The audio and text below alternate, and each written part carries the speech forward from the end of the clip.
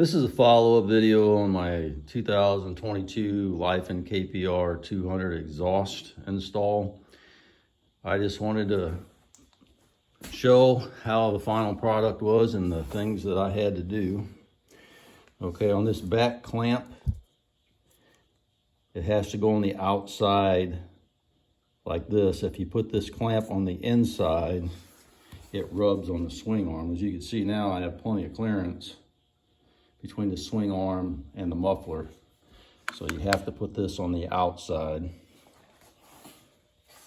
This bolt down here on mine stripped out, so I put a longer bolt in it right there and a nut on the back side. And there's the clamp right there. And then up here at the head pipe, had to use 2 thick washers on both sides to take up the space there, because this cap nut will bottom out before it gets tight. So I used 2 on each side. And the only problem I had as far as the body work goes is this right here.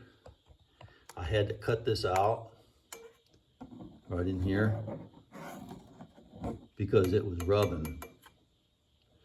So all I did was I took a pencil and I drew a line, and then I cut it with these cutters, and then I just fine-tuned it with the razor knife.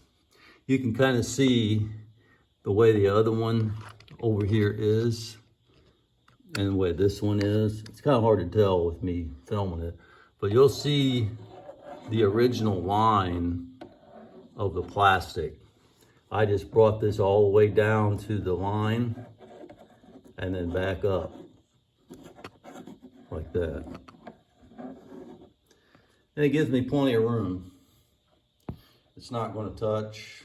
I don't think we'll have to worry about melting. There's nothing going to hit up here on top. There's plenty of room up there.